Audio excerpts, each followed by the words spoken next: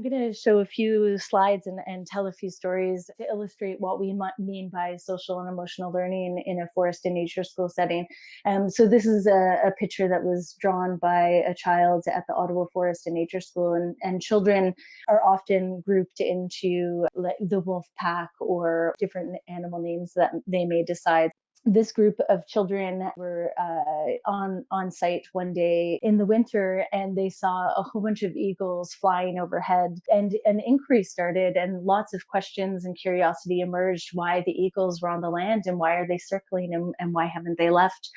So later in the day they decided to go where the eagles were to see what was down below, and they found a dead deer that had been attacked by a coyote the night before, which led to lots of really rich conversations around death and dying, and around our feelings, and around the natural world, and about the life cycle, and all kinds of other things, which is just one example of how the natural world can offer provocations and prompts to help us dive into our emotional landscape.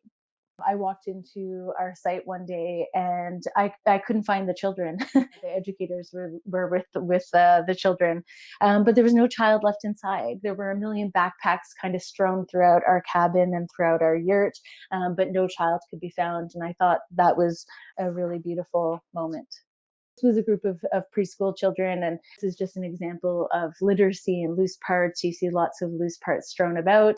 The children are determining what height they feel comfortable on. Some children are comfortable on a high stump, and some children aren't comfortable on a stump at all. Some children feel comfortable sitting down.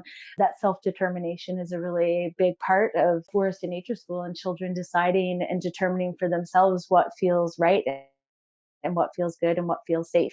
So rather than us determining that for them, they have many, many opportunities in their play and throughout their days to make those decisions themselves.